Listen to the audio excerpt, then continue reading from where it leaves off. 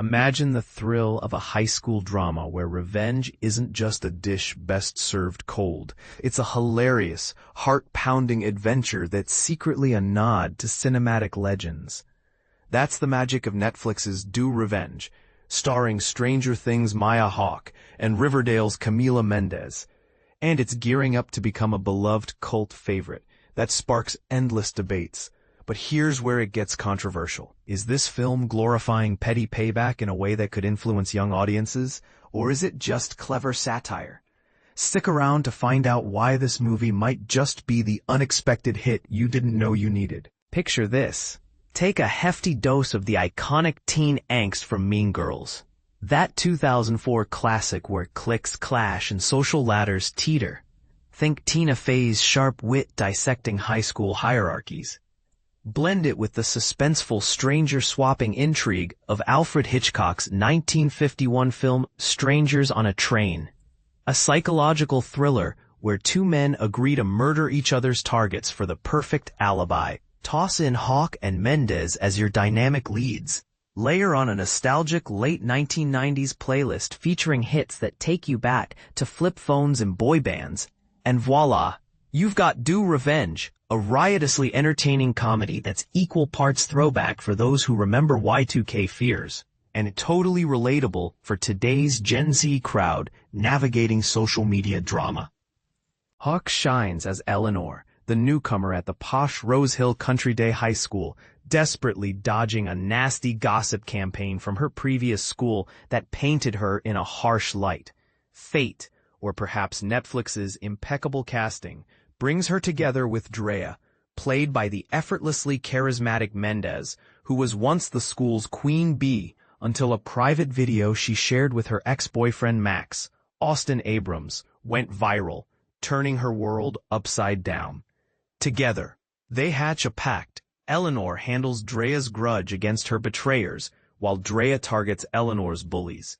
It's a simple yet genius setup that echoes the exchange concept from Hitchcock, but director and writer Jennifer Caton Robinson elevates it with her obvious passion for 1990s teen flicks, delivering laugh-out-loud moments that feel fresh yet familiar. The ensemble cast is spot on, with each young actor nailing roles that highlight their strengths, making the whole experience feel like a star-studded reunion of rising talents.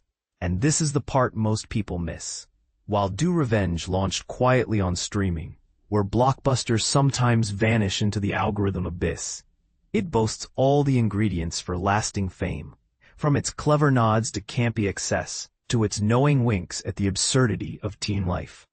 For beginners diving into film analysis, camp here refers to an over-the-top, exaggerated style that's playful and ironic, like a parody of serious dramas turned into something delightfully silly.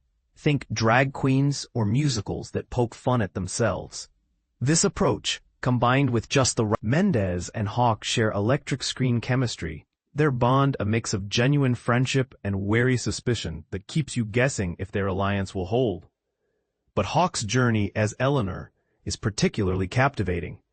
She begins as an awkward, openly queer teenager struggling with her identity, only to undergo a she's all that style glow-up, that 1999 rom-com where the nerdy girl gets a makeover and discovers her confidence, emerging as a stylish icon with a noir mystery vibe and a wardrobe straight out of 1999 fashion dreams.